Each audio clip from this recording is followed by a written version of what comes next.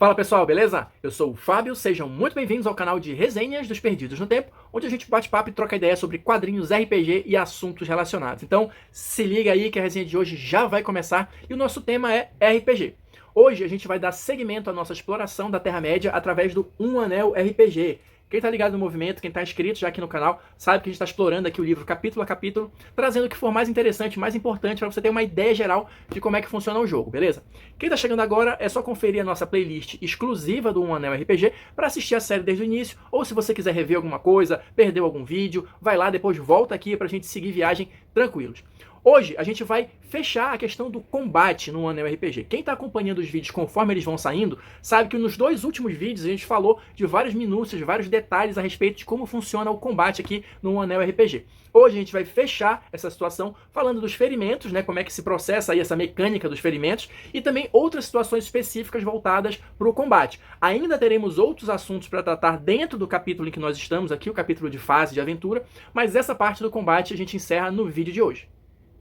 Então olha só, pra gente começar aqui o nosso bate-papo, a gente vai falar dos ferimentos, tá? Só relembrando algumas informações bem rapidinho do vídeo anterior, o combate aqui no Anel RPG, como é que ele vai funcionar? Ele é mais dinâmico e ele vai tratar com uma ideia de exaustão durante o combate, e não com ferimentos propriamente ditos. Ou seja, o seu personagem não vai ter pontos de vida, ele vai ter o que o jogo chama aqui de pontos de resistência, que conforme vão diminuindo, vai significar que seu personagem está ficando mais cansado dentro do combate. Isso vai ter uma série de efeitos mecânicos que eu comentei no vídeo anterior. Mas onde é que eu quero chegar? Se você chega a 0 de resistência, o seu personagem não morre, ele fica inconsciente.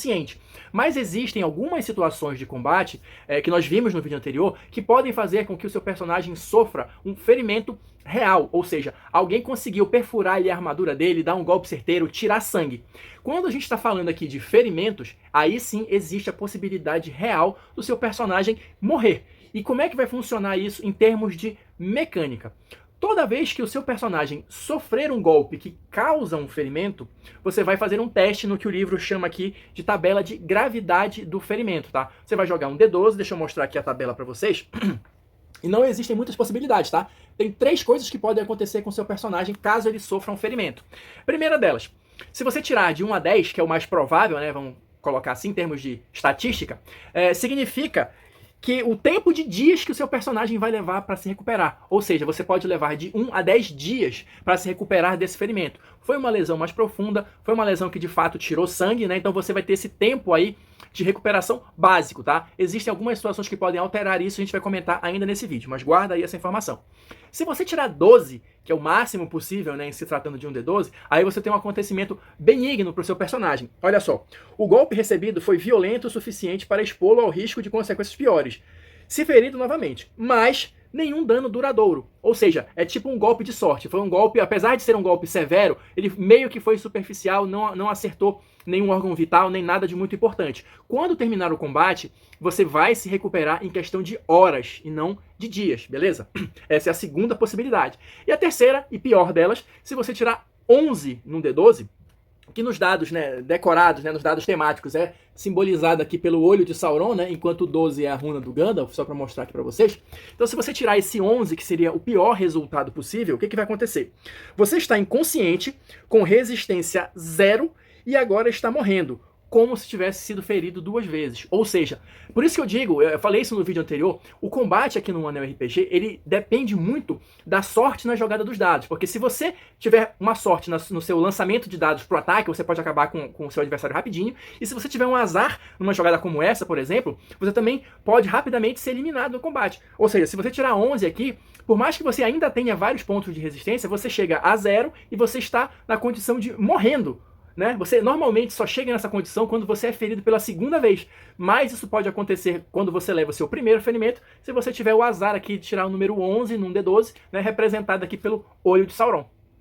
Seguindo adiante, a gente vai comentar aqui agora um pouquinho de como é que o seu personagem pode se curar ou evitar essa situação de estar morrendo ou de estar ferido, né? Como é que vai funcionar isso em termos de mecânica, tá? Vamos falar aqui um pouquinho agora da questão dos primeiros socorros. Começando pela questão de você estar no seu primeiro ferimento, que você não está morrendo ainda, tá? Você está só naquela condição de ferido.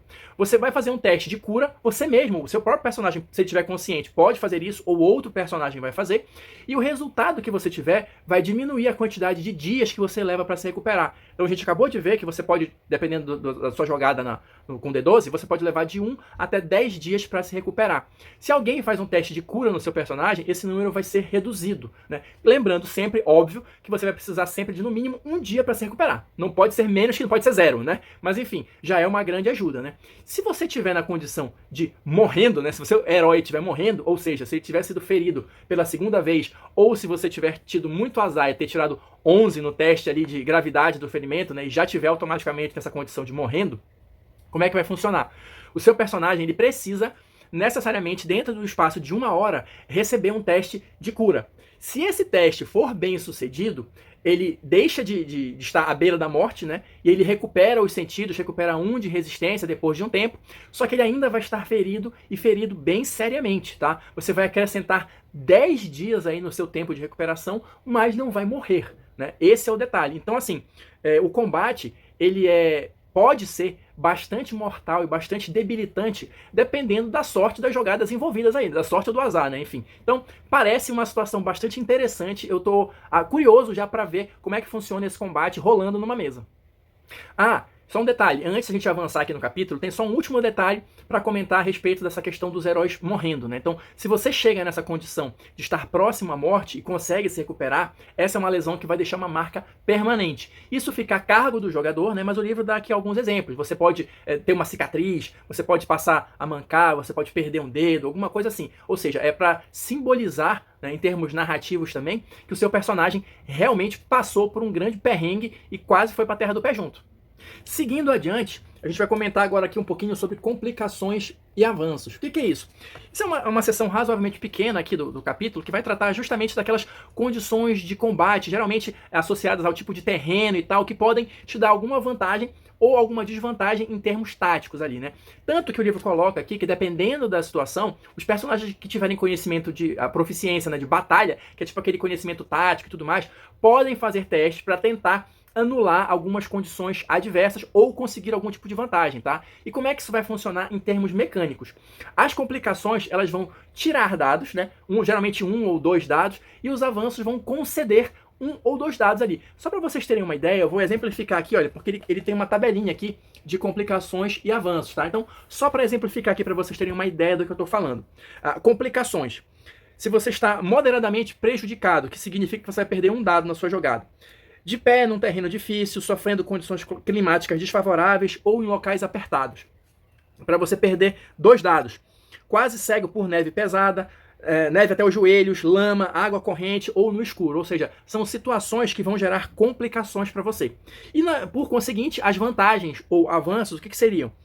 Vantagem moderada, para você ganhar um dado. Você está atacando do alto, está explorando uma característica favorável do terreno ou alguma coisa nesse sentido. Uma vantagem maior que vai te dar 2 dados. O alvo está prejudicado, cego, está com água até os joelhos, lama, etc e tal. Ou seja, são situações ali que vão te conceder ou algum tipo de vantagem ou algum tipo de desvantagem, geralmente, como eu falei, associado ali com o terreno de combate ou com alguma situação climática.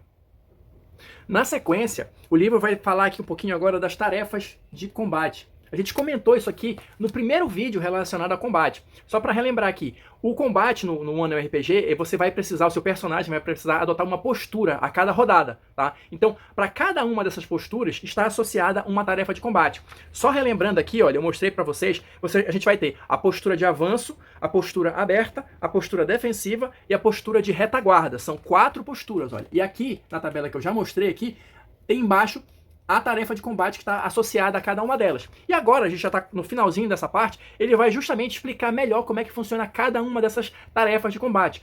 Lembrando que, quando seu personagem está atacando, está numa situação de combate, ele pode escolher ou fazer um ataque normal, um ataque seguindo as regras da postura, ou ele pode escolher fazer uma dessas tarefas de combate, tá? Então, só para dar uma ideia geral para vocês, como é que funciona isso aqui. A gente vai ter a tarefa de intimidar o inimigo, que vai dar uma penalidade para os seus adversários. A gente vai ter a tarefa de inspirar camaradas, que vai dar bônus para os seus aliados. A gente vai ter aqui proteger um companheiro, né, que está associado com a postura defensiva, obviamente. Você vai dar uma vantagem de proteção para algum aliado seu.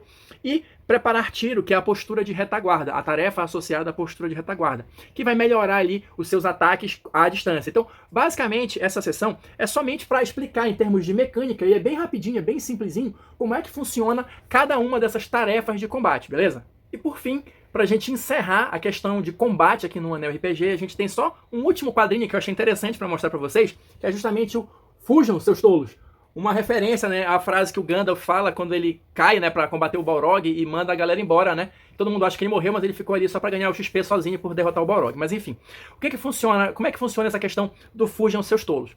É possível que os seus personagens se encontrem num combate com um adversário extremamente superior que eles podem perceber em algum momento que não vai rolar, né? Então como é que eles fazem para fugir? A chamada, para quem é da minha geração, né, do Leão da Montanha, né, saída pela esquerda, né, alguma coisa nesse sentido. Como é que vai funcionar essa questão do abandono do combate? O livro traz duas possibilidades. Se ninguém se engajou ainda no combate, né, e se as pessoas já estão ali no meio do frevo e querem sair da situação porque perceberam que vai dar ruim.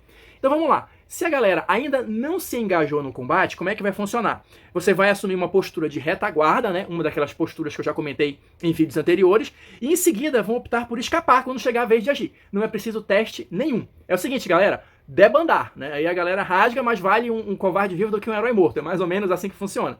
E a segunda possibilidade é se os personagens já estiverem engajados ali no combate e de repente perceberem que é melhor recuar. Como é que vai funcionar?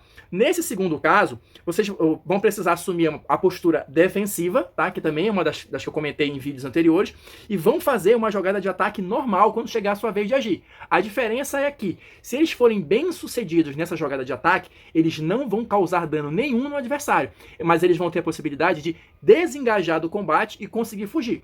Se eles não tiverem sucesso nessa jogada, significa que eles ainda estão engajados no combate e, obviamente, não vão causar dano nenhum no adversário, ou seja, vão ter que esperar a próxima rodada para tentar fugir sem levar dano. Enfim, não se pode ganhar todas, né? E com isso a gente encerra as questões relacionadas ao combate aqui no Anel RPG. Espero que vocês tenham curtido, né? Quem assistiu até agora, muito obrigado. Deixa aí seu like, seu dislike, seus comentários para saber o que vocês estão achando aí dessa parte, né, do livro do Senhor do Anel RPG. Lembrando que a gente não terminou ainda esse capítulo, tá? No próximo vídeo a gente vai começar a falar sobre os conselhos, olha só.